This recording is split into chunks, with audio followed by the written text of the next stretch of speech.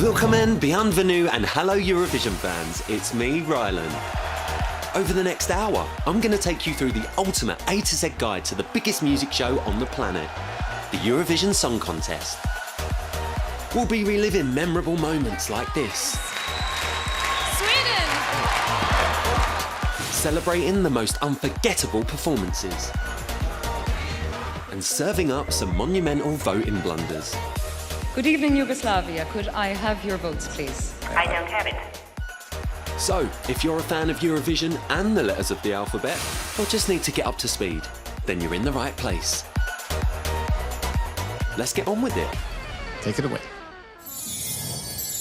There were no shortage of contenders for our first category.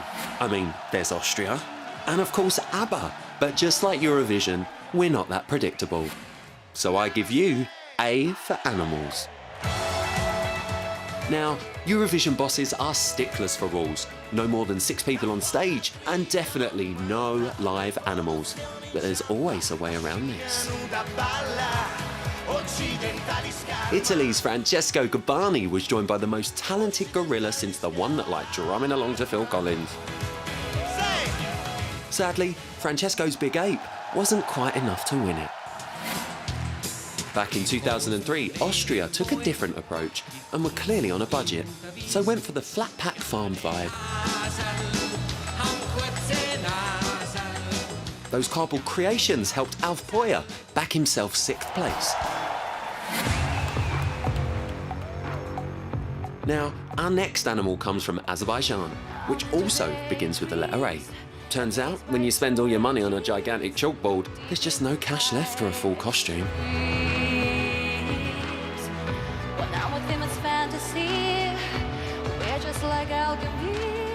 Honestly, horsing around at the top of a ladder's asking for trouble. Has he never watched Casualty? Meanwhile, Belarus blew the budget on a wolf hologram, leaving nothing for an outfit.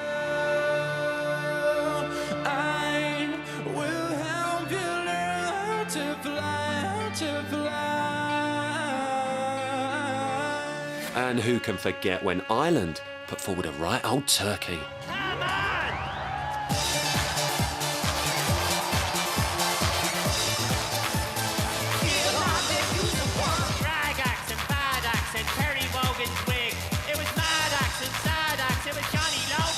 A huge TV star in Ireland, Dustin the Turkey was the first puppet to ever compete in the contest, but got well and truly stuffed in the voting and failed to qualify for the final. Cheers! Did we win? There's nothing us Eurovision fans love more than sniffing out a winning formula. For example, more winners have worn white than any other colour. No idea why. I've drawn a blanc. But what B links these champions? Yep, they're all barefoot winners. So far, 5 performers have lifted that Eurovision trophy performing barefoot.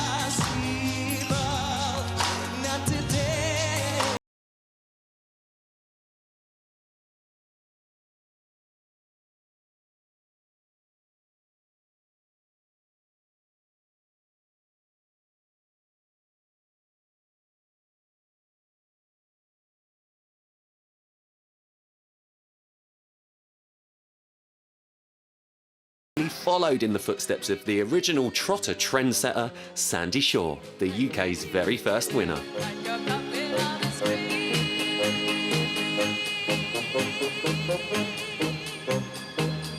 Like a puppet on a string. So if you want to win, just go barefoot. Maybe that's where I went wrong on the X Factor. Now, those offended by all the flesh on show might want to look away now, because C is for costumes. Fashion has always been a very big deal at Eurovision. But throw in a cheeky costume change and you could be onto a winner.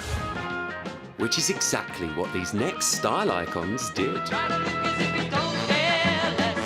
But if you want to see some more, bringing the rules of the game will let you find the one you're looking for. This performance led Bucks Fizz to a memorable victory in 1981 and introduced the world to Velcro. It also set a template for future Eurovision acts.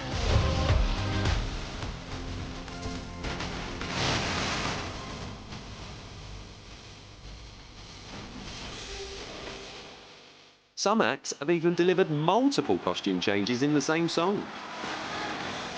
That dress is just so last verse. Over the years, even hosts have got in on the act, like Swedish presenter Lil Lindfors back in 1985. I expect that was guitars on. Oh, I'll let the late great Sir Terry Wogan talk you through it. they've got a knockabout sense of humour, the Swedes, haven't they? Oh, look. Nicely done. Well worth the whole of Europe seeing your pants. D is for the one thing every act wants to hear. 12 points, or 12 points. Shout out to my GCSE French teacher. Since 1975, this is the maximum an act can receive from a single country. The first act to receive the honour was Geraldine, the Luxembourg. Luxembourg, 12 points. Luxembourg, 12 votes. The cameras didn't cover her reaction, but I'm sure she was made up. Anyway, Jerry finished 5th, and it's been raining 12 points ever since. Les 12 points. 12 points. 12 points. 12 points. 12 points. In 2012, Lorene's winner Euphoria received the most 12 points ever, with 18 of those bad boys. Sweden. Sweden.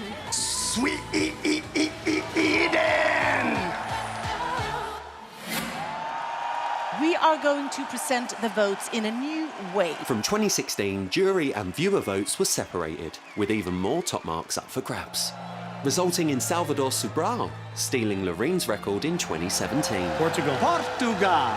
Portugal. Portugal. Ah, poor Lorene.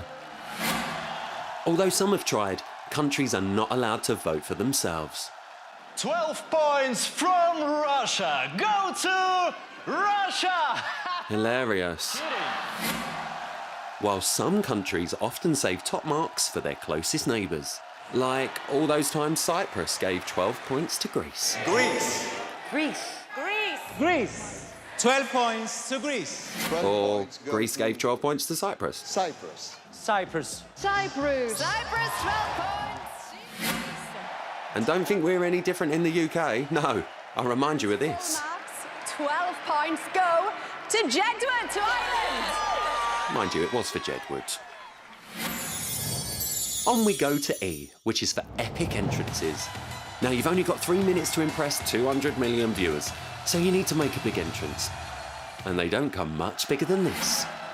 Zlata Ognovich from Ukraine recruited one of the world's tallest men to carry her onto stage. Bit lazy if you ask me. And in case you're wondering, he was just over 7'8". Don't you know what you are doing to me? But back in 2000, it wasn't the main performer who made an epic entrance. Just wait for it.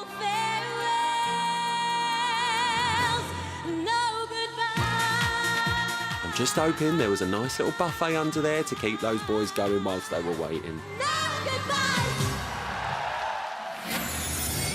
Some huge stars have graced the Eurovision stage over the years, so F is for famous faces.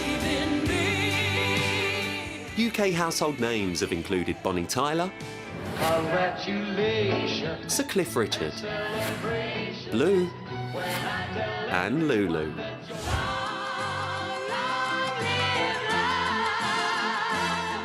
With a string of hits to her name already, Olivia Newton-John flew the flag for the UK in 1974. She lost out to a group called ABBA. I wonder what happened to them. Now, some stars owe their international success to the contest, like superstar and former tractor driver Celine Dion, who sang for Switzerland in 1988. And here she is, pointing at some fields and laughing, for no reason whatsoever. And this is Ne partez pas sans moi, which in English I think means someone else chose this outfit.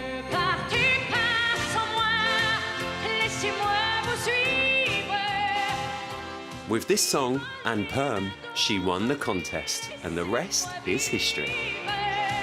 A message to your heart. It's alright. Say a little prayer. Sleep tonight. Back in 1991, the UK was represented by Ronnie Mitchell from EastEnders. Sorry, a pre-square Samantha Janus. A message to your heart. Walk on by. The song finished in 10th place.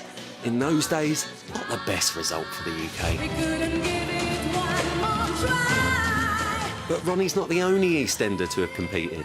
Kat Slater represented Romania in 2005. Let me try. I don't wanna say goodbye. Well, she says her name's Luminita Angel, but you ain't fooling no one, Kat. Just let me try. G is for Graham Norton, of course. Oh, thank you so much. How lovely. It's so fun. In 2009, Graham took over the commentary reins from Sir Terry, and even he knew he had big shoes to fill. I miss Terry too. I'm sorry. He's not here. In the 11 years Graham's been commentating, he's given us some cracking lines. This poor creature is Nicholas Joseph. I mean, they've dressed him up as a toilet roll holder and told him it's a Portuguese tradition. They're just laughing at him. Now, if you've just joined us and you thought, oh, Denise Van Outen's let herself go, that's Cascada. I give it a month. No, in fairness, it is very sweet and they're obviously deeply in love. Even the voting spokespeople ain't safe from a ribbon. Dear God, does he know it's on television? Now, that's either national dress or horrible dress. It's like a bit of corrugated shed has been blown off a roof and hit her in the neck. And in 2010, there was a TV first as we heard Graham commentate over himself.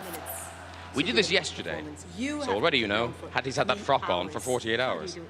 Well, it's no trouble because you're putting on a show for 3 hours. So I'm just I am watching a such a great show for kiss-ass. 3 hours. I enjoy it. And if any of the songs bore me at all, then I just stare into the eyes of Josh DeBovie.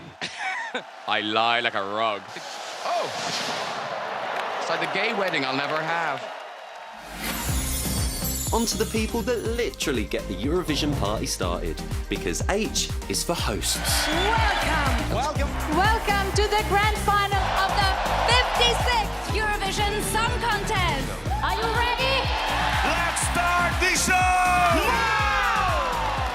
In the early days, Eurovision was almost exclusively an all-girls club, with female hosts in charge from 1957 to 1977. The juries are now preparing their votes, and while they're doing so, we'd like to invite you to relax. This contest is being transmitted to no less than 32 countries. Last Thursday, we all went to a party at a restaurant here in the heart of London. These women paved the way for some amazing and often surprising hosts, like a-ha's Morten Harket. I think this is the first time Norway arranged the final. No. The last? And Ronan Keating. What? Anything you say, come to vous, chérie. Oh, very impressive. Who knew he spoke French? I love it when you speak French. Torche, mahogany gas pipe. Welcome to the grand final of the Eurovision Song Contest 2018. Okay, one more time. Slowly there and up. Welcome, Europe!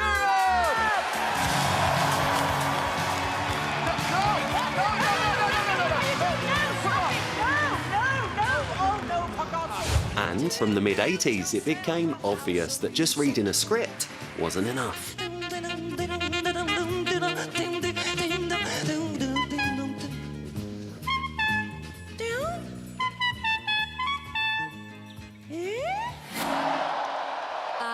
Even did my hair for you. No matter where you go, it's a source of debate, but it's something you either love or hate. That's Eurovision. But if if you're lucky enough to get the job, there are some key things to remember. Firstly, don't ever improvise, especially not jokes. Here she comes I again. have so many cards in my hand, I could play a card game with myself. Whatever you do, make sure you've done your homework. The conductor, le chef d'orchestre, Johannes Skogan. That was most definitely not his name. And you've got to be a good listener. Israel, 8 points. Israel, 7 points. Israel with 7. Israel, 8 points. 8 points. 8. United Kingdom 5 or 4. 5 points. 5 punti per la Gran Bretagna. Don't worry, Sam, I'll get Phil Mitchell round. Up next, it's I, which is for interval acts. While Europe is voting, we have been treated to some incredible performances over the years, with recent guest acts including superstars Justin Timberlake and Madonna, who some described as patchy. Such a prestigious slot is only given to the creme de la creme, like this act, who I'm going to call Woman and Man on Bike from 1963.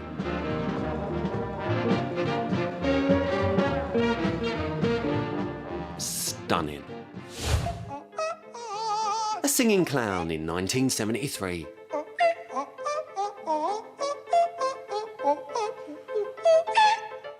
At least I think that's what he's doing. The Wombles of Wimbledon, coming are we. And the Wombles in 1974, the first ever refuse collectors to grace the Eurovision stage. But the interval act has come a long way, thanks to this next performance. Riverdance had its world debut live on Eurovision in 1994, becoming a global sensation overnight.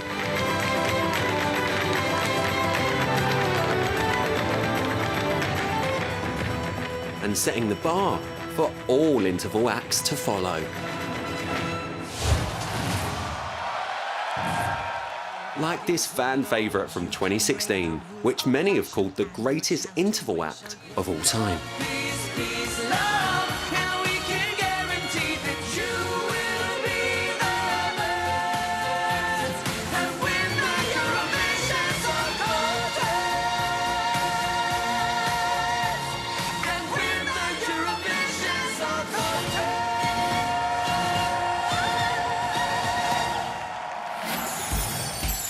Now J is for the most important man behind the Eurovision Song Contest.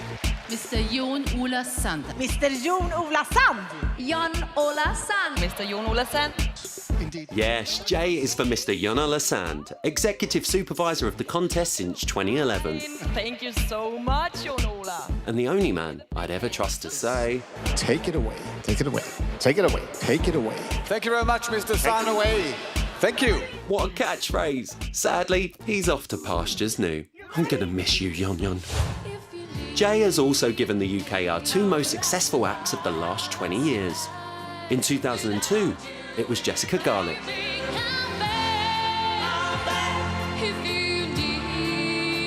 This song finished joint third along with host country Estonia. And in 2009, Jade Ewan finished in the top 5.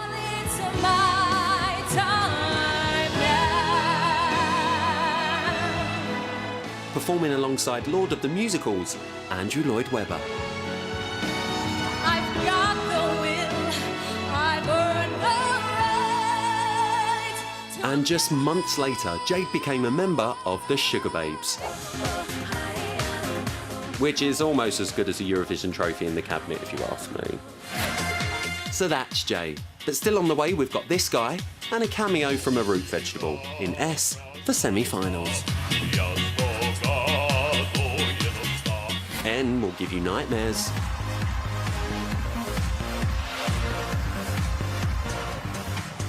And if you love the letter Y, you don't want to miss this. But first, we've got the all-important business of the letter K.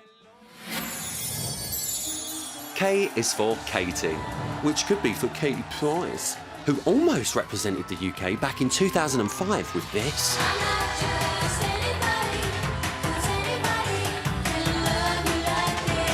Who could forget that pink PVC catsuit?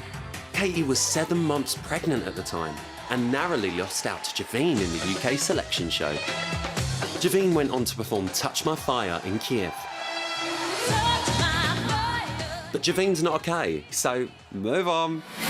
Another Katie is much-loved Eurovision icon, Katie Boyle. Good evening and welcome to this, the 13th Eurovision Song Contest. The late, great Katie Boyle hosted the Eurovision Song Contest 4 times here in the UK. Hello, London. May I have your votes, please? Between 1960 and 1974. Well, of course, I'll never forget I'm a Womble now. More than any other presenter in the history of the contest. Mesdames et messieurs, bonsoir. Kay is also for keeping it in the family, which a few acts have done over the years. Step forward Humphrey Campbell, joined by his brothers in 1992. They look absolutely thrilled to be there, and who wouldn't with moves like that? Moving on to twins now, and 2 quiffs you might recognise.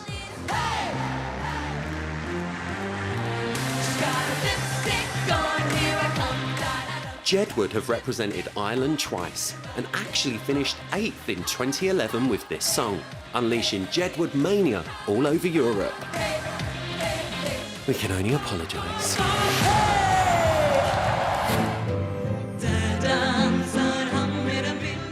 A little known fact for you now. In 1996, Peter, the son of Benny from ABBA, followed in his dad's footsteps as part of Swedish band One More Time. There he is, look, on the piano. And he wrote the song.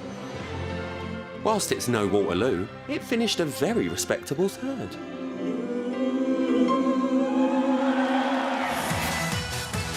Fan favourite Verka Serduchka may not have competed with her mother.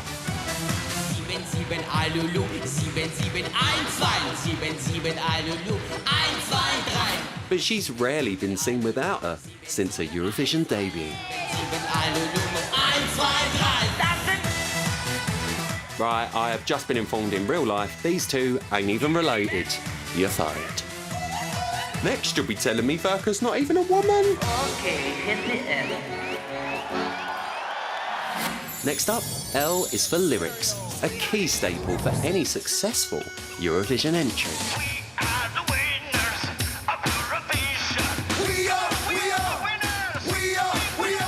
Writing a song that appeals to voters all across Europe isn't easy. Clear, simple lyrics are a must, like this textbook winner from Spain.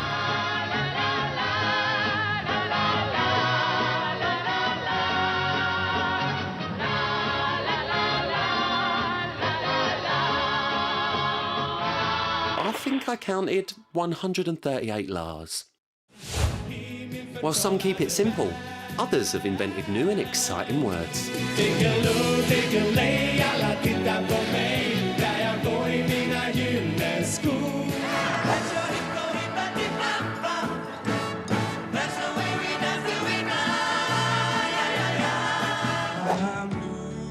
Meanwhile, some artists have taken a more poetic approach to lyrics. Oh, your breasts are like swallows and nesting. Yes, he genuinely just said that.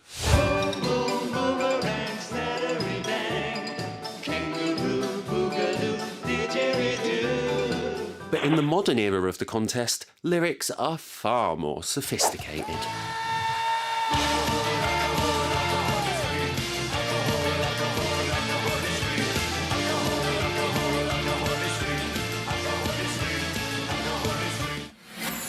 Let's move on to M for multitasking, because it's not enough to just sing. A true Eurovision great can keep numerous plates spinning at the same time. Well, not literally, but not yet anyway. In 2009, Svetlana from Ukraine threw everything at her performance, including herself.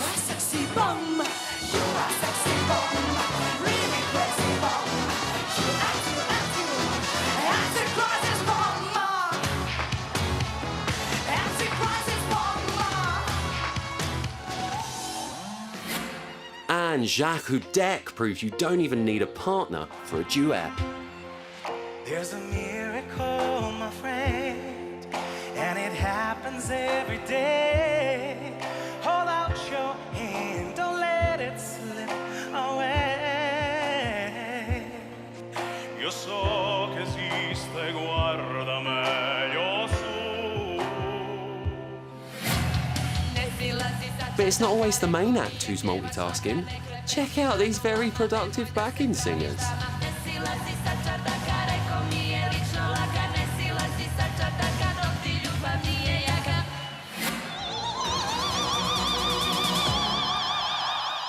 But our multitasking champion was inspired by Eurovision classic Puppet on a String. It's Australia's Singer on a Pole.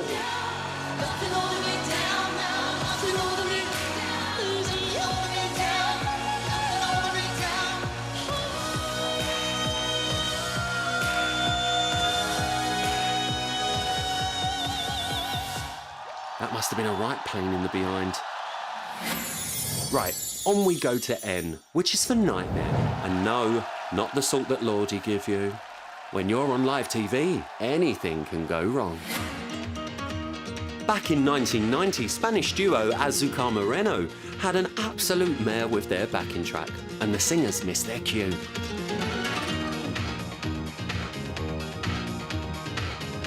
But don't worry, they got the chance to perform again and finished 5th. Now, one of the worst kind of nightmares is being interrupted mid-performance. It's important to carry on, no matter what.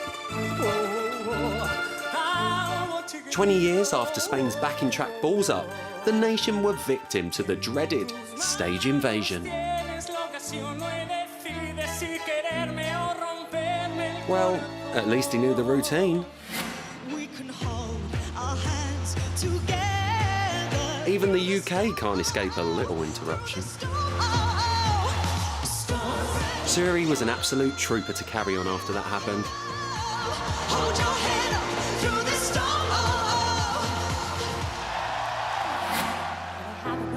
In 2017, Jamala's interval performance had no bum notes, but it did have this. The darkest hours right beside you. I want those days to come again. Nightmares also come in the form of a good old wardrobe malfunction. Oh, look who's back again.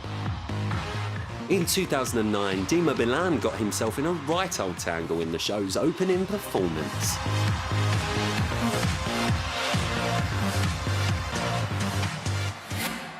Now, we all love watching the former winner pass on the trophy. But in this case, Dana International just couldn't resist stealing the limelight. One last time. Dana, give them their prize. Sweden.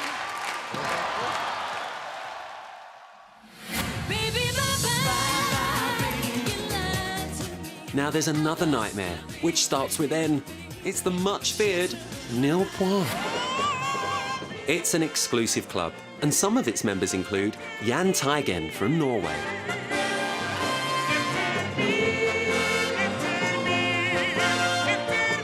Nil Point didn't stop him from getting a massive #1 hit in Norway. Go on, Jan. Turkey first joined the Nil Point Club in 1983, but renewed their membership 4 years later, after this performance. Oh, come on, that choreography alone was worth at least half a point.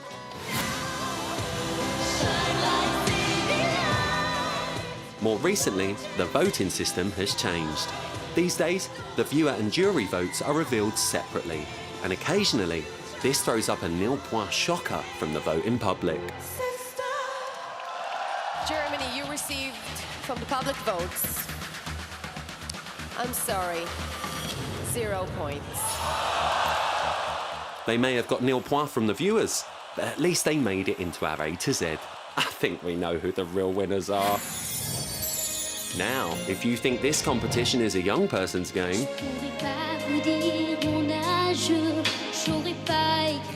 then think again. Because O stands for Oldish Eurovision Performers, or as we like to call them, OEPs. Our first OEP was so proud of his age, he made it part of his name. Here's 75 cents. He was 75, by the way.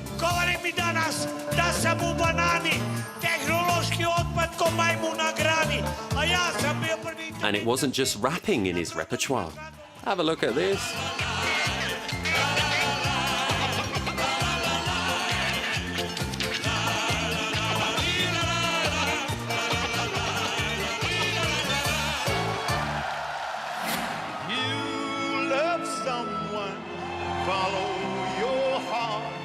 In 2012, our very own Engelbert Humperdinck took the record for the oldest performer at 76.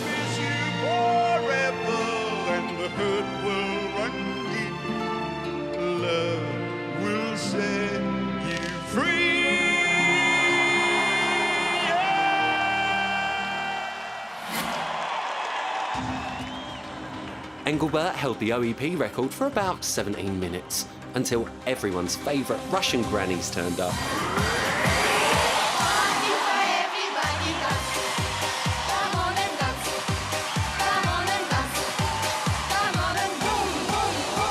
The grannies had a combined age of 403, but it was 76-year-old Pugacheva who took the OEP record by just a few months. But we've seen even older. In 2014, the semi-final interval performance featured this lively lady. Kit was 86 years old. But it turns out, even she isn't the oldest performer to grace the Eurovision stage.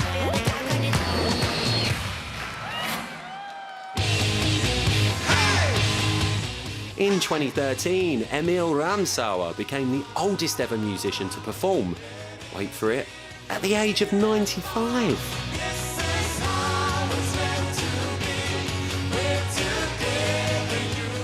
When I'm 95, I'll be glad if me fingers work a tin opener. Never mind play the double bass.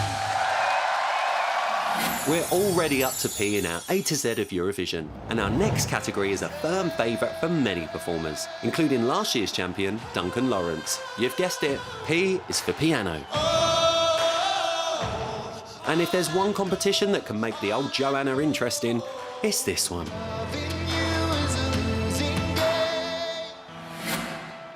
Romania love a tinkle on the old ivories, and back in 2010 they gave us the double-ended piano. But after finishing third, they returned in 2014 with this all-round beauty.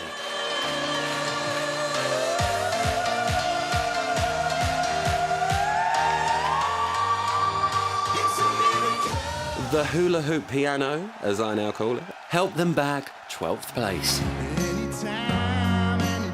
The following year, Austria were the bane of health and safety with this little number.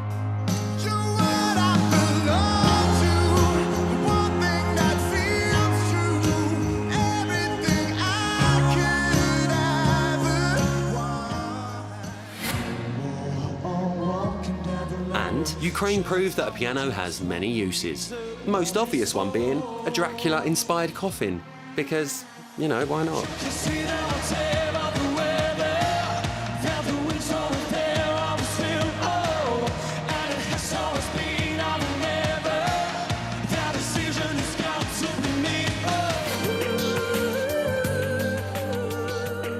But full marks for creativity goes to A to Z regular Dima Bilan, who treated us to this.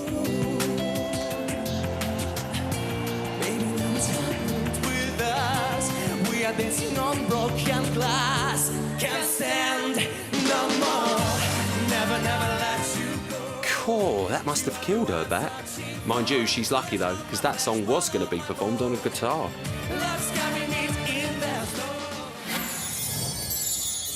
Q is for quirky, and when it comes to Eurovision, one country is quirkier than anyone, Moldova.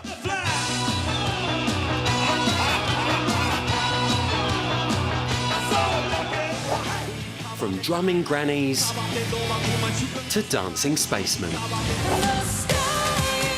They've pulled out all the stops since their debut in 2005.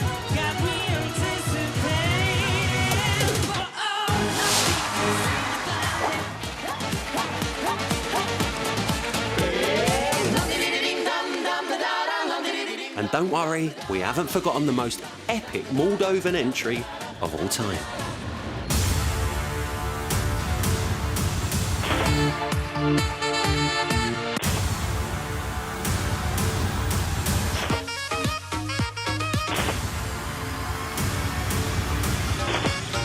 Yes, it's Epic Sax Guy! In 2010, this guy's sax appeal was clear to see. He gained fans all over the world, yet his group, Sunstroke Project, finished in a lowly 22nd place. Undeterred, Epic Sax Guy was back 7 years later, saxier than ever, taking a third place finish.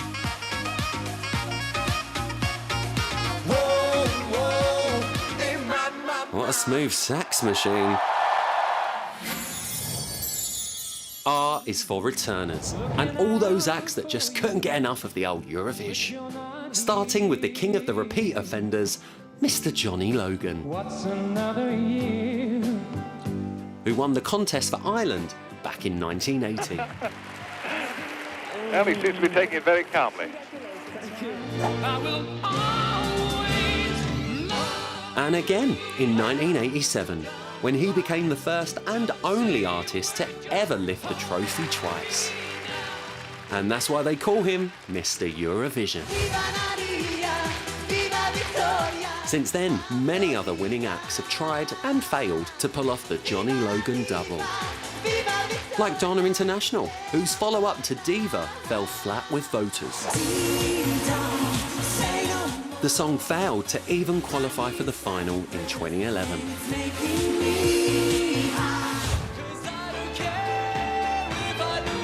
In 2009, Alexander Rybak and his fiddle won with the song Fairy Tale. 9 years later, he attempted the double with That's How You Write a Song. Which wasn't, it turns out, how you win the contest. He came 15th. But it's not just winners that keep coming back. San Marino's fan favourite Serhat has already tried twice. Successfully making the final on his second attempt.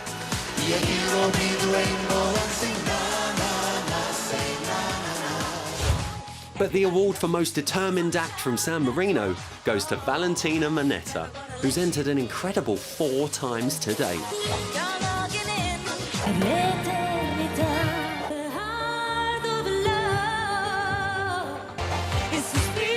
All this, and she's only made the final once, coming 24th. God loves a trier.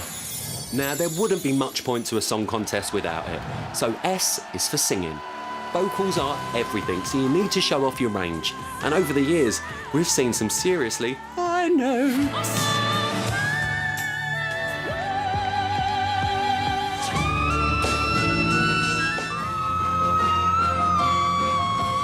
Sorry, should have put a warning for them clips. Now, technique is key, and it's not always just about the big note. Sometimes the journey to that note is just as enjoyable.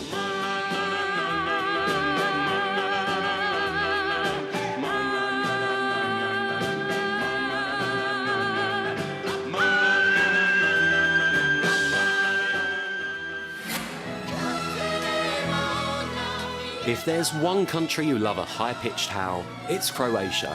And judging by this, they even surprised themselves.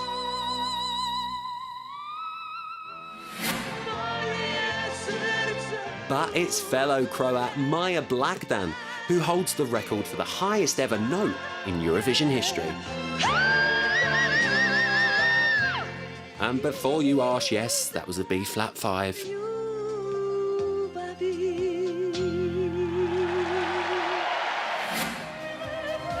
In 2009, opera singer Malena Öhrman from Sweden gave us the frankly underused low gurgle before belting out an absolute blinder.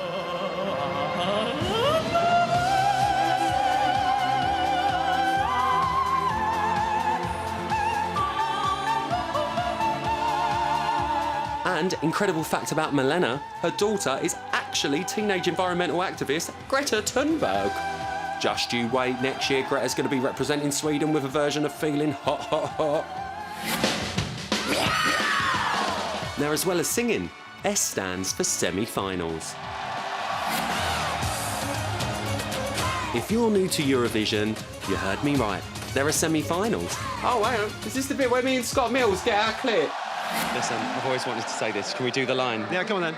Let the Eurovision Song Contest begin! I miss you, Scott. I digress. Now, the Eurovision semi-final was first introduced in 2004 to whittle down the number of competing countries. And since then, some truly unforgettable performances have missed out on a place in the final.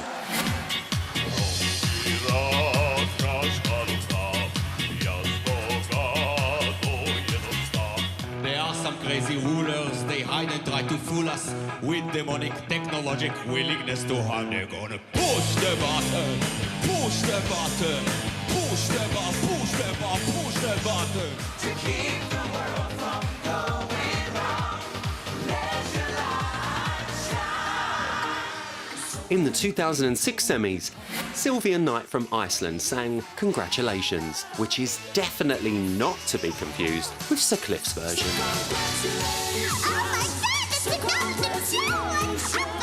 Sadly, Sylvia's squeak wasn't enough to get her through to the final.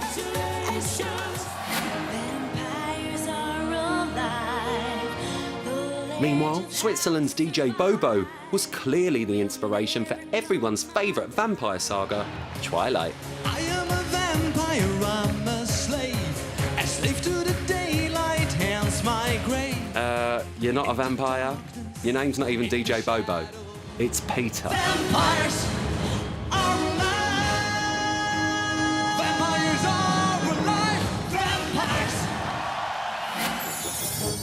T can only be for one man, the godfather of Eurovision, Sir Terry Wogan. Hold it down to a dull roar. The rest of Europe thinks the British are reserved. He first became BBC One's Voice of Eurovision in 1973, and viewers couldn't get enough of his dry wit and unique take on the competition. The sound of the floral dance. I tell you, I thought I saw Christopher Biggins in the street in Helsinki, but I must have been imagining it.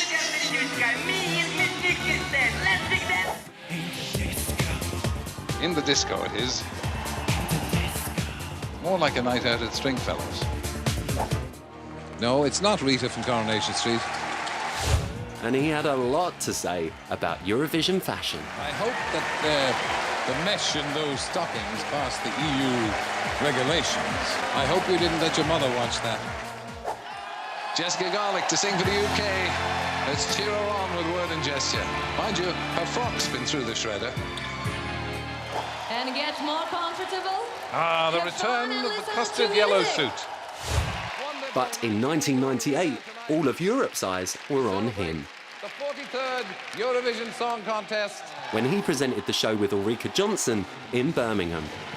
And the lines are now open. Vous pouvez téléphoner dès maintenant. For my second song this evening. No. Good evening, Terry. Good evening, Seagull. So let's all raise a toast for Sir Terry. From all of us, Mazel Tov. Mazel tov. Thank you, Terry. Mazel tov. You is all about upstaging the act. Now, back in the days of letter A, we learnt you're only allowed 6 people on stage, but sometimes the backing performers completely upstage the main act. Oh, my darling angel. In 2009, Petr Elfimov's big moment was hijacked by his dancer changing the duvet cover.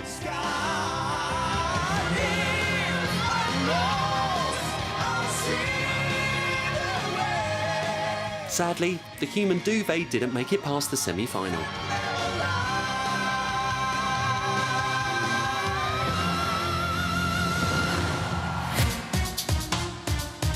In the same year, Albania felt that a low-key, blend into the background style outfit wasn't enough for their dancer.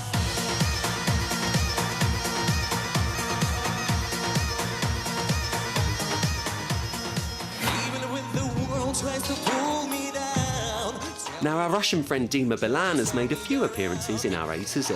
To recap, he made it into B for Barefoot Winners, P for Pianos, N for Nightmare, and now he's all over U. Well, I mean, the letter U.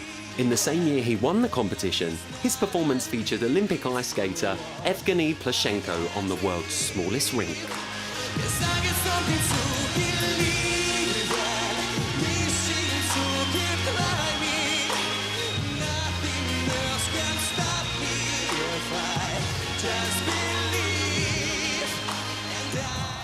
Yeah, Evgeny's good, but he's no GC on Dancing on Ice.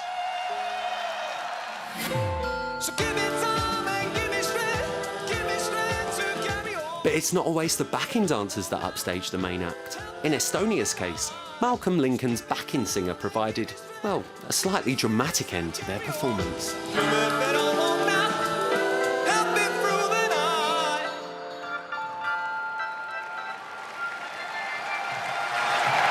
And just in case you missed it, Thank you. don't worry, he was absolutely fine. V is for arguably the most important part of the whole competition, the voting. These days, we're used to seeing the spokespeople for all nations delivering the points from their jury on a live link. But back in the day, they were just given on the old blower. Hello, London. May I have your votes, please? Hello, Catherine. This is London, and here are the votes of the United Kingdom jury. Luckily, Eurovision and its voting system has really evolved over the years. 20 votes for Spain. Spain, 20 and in the lead. But even then, it wasn't always plain sailing. Good evening, Yugoslavia. Could I have your votes, please? Good evening, Yugoslavia. Could I have your votes, please? I don't have it. Yeah? From 1994, we got to see every spokesperson via satellite for the very first time. And some really went the extra mile to make a good impression. Is that Todd Malta calling? These are the votes of the Maltese jury. Good evening. All the best to everybody who is watching the transmission. Dit danske er perfekt. Your Danish is perfect. Thank you But very let's much. continue. But when it came down to the important business of giving points, sometimes the pressure got too much. Yeah, 7 points. But 6 points. Yeah, I think I made a little mistake. Croatia 6 points. Croatia. Austria 5 points. Wait. No, hang on now, don't panic. Whilst others like to milk the drama. 8 points from Spain go to... Oh, come on, just give it to Romania. Sorry, spoiler. But whilst there's many awkward moments, there's always a lot of laughs. The show was so beautiful tonight. Hello, Athens. This is Germany calling. Hello, cowboy. Yeehaw, Sarkis. But we've got to give the UK a mention, because there's one man who represented us 25 times. I give you Mr. Colin Berry. Here comes Colin, Big C. Good evening to you, Katis, and hello, Anders. Is it time to go home, I ask myself. I guess what we're looking for now is a happy ending. Only one country can have that, I'm afraid. But he's not the only icon to take on the role of celebrity spokesperson. Guten Abend, Wien, das war doch toll. Vielen Dank. Edatov Tel Aviv, good evening, Europe. Oh, that last one's definitely a looker. This is London calling first. Cracking set of teeth. Moving on to W. It's time to shine a light on the unsung heroes of 1997, because W is for Katrina's Waves.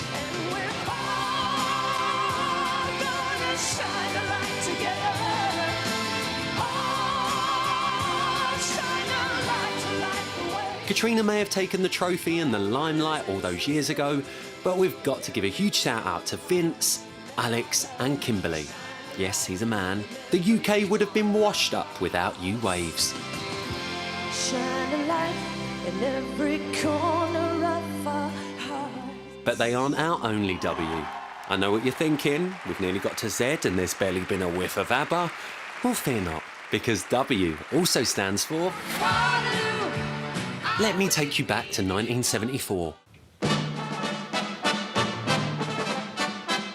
The contest took place in Brighton, in the UK. Good evening. And welcome to this, the 19th Eurovision Song Contest. ABBA tried to represent Sweden the previous year, but only finished third in the Swedish selection show, Melody Festivalen.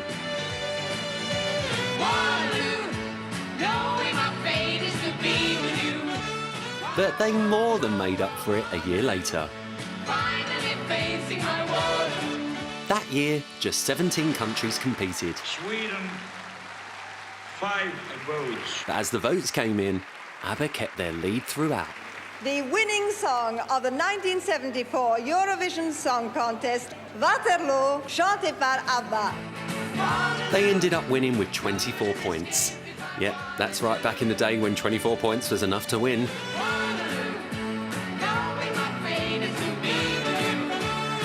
And a little fact for you, the UK's jury gave them 0 points. What are we like?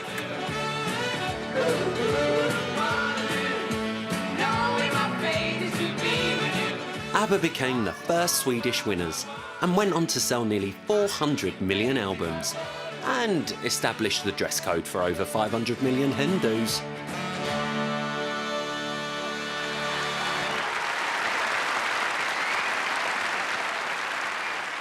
Over the years, some performances have really pushed the boundaries of taste and decency in order to stand out.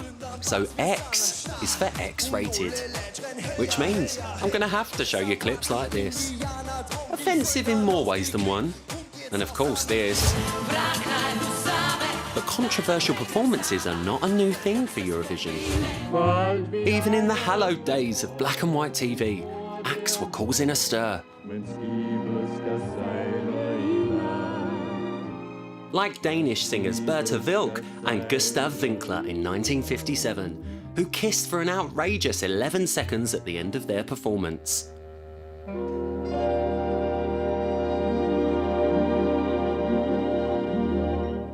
That's enough. They no doubt influenced acts like Monica and Vidas in 2015. Get a room. And Eurovision's very first same-sex kiss in 2013.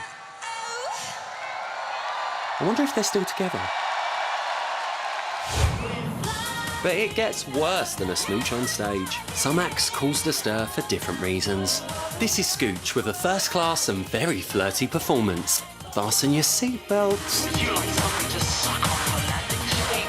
To use the life vest, slip it over your head, pull firmly on the red cord, and blow into the mouthpiece. We wish you a very pleasurable journey. And don't think we've forgotten this lot, who in 2014 gave us a revealing insight into the Polish dairy industry. UK viewers deemed it cream of the crop, topping the public vote. But our jury ranked it in last place.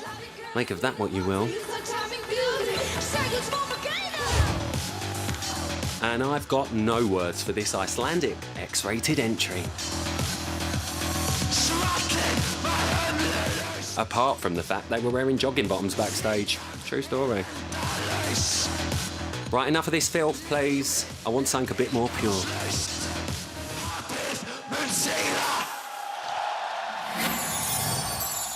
Y is for yolele. That's yodeling. Eurovision has seen some wonderful things, and in 2017, Romania's entry, Yodel It, did exactly what it said on the tin.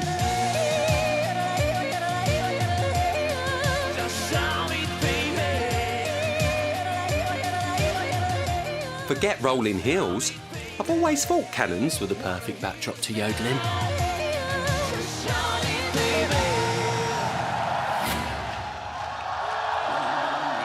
Last year, Norway's act Kano gave us joiking, a traditional form of song for the Sami people in Northern Europe.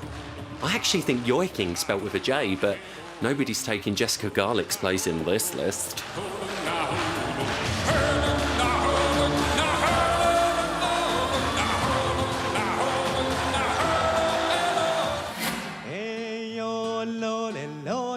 But 2019 wasn't the first time Norway gave us a good old yoik. Here's Sverre Heilsberg and Mattis Hater back in 1980.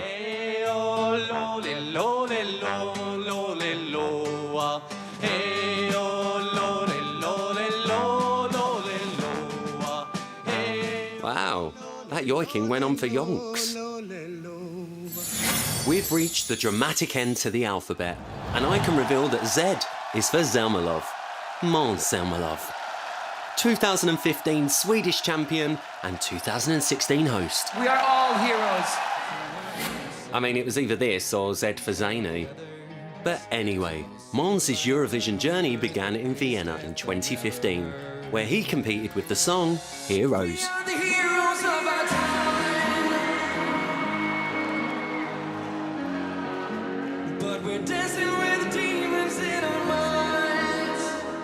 Shout out to his animated sidekick Chalk Boy.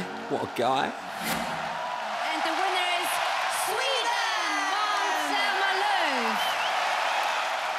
After a landslide victory, Måns was back on home soil in 2016, this time as co-host. My name is Måns Zelmerlöw, or as most people call me after winning the Eurovision, the King of Pop. Do they? Really? Not so much. A role that combined his love for performing with getting his kit off. Eurovision Sing Song Contest. The next year, Måns was even appearing in VTs. What are you doing Seen here? here coaching the Ukrainian hosts. Sure. Presenting a live show to over 200 million viewers, interacting with 42 countries while dealing with the unexpected.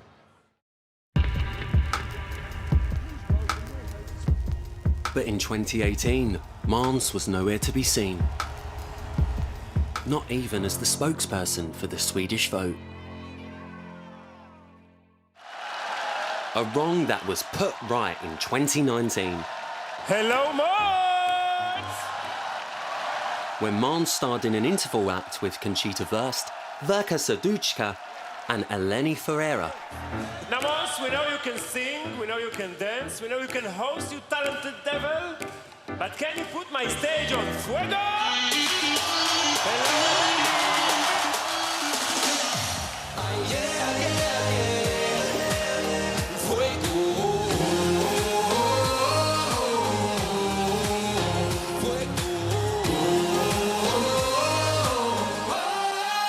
Before uniting for a finale to Hallelujah.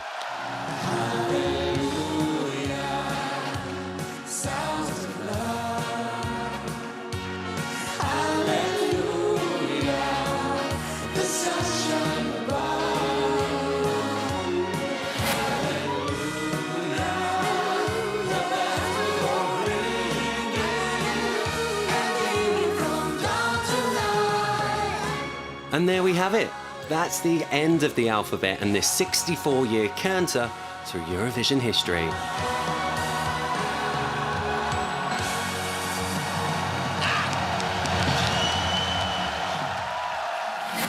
I'll leave you with a clip of Gina G performing Ooh Ah Just a Little Bit, which topped the UK charts, was nominated for a Grammy, but unbelievably didn't win Eurovision. And also we couldn't fit her in anywhere else. Sing it, Gina!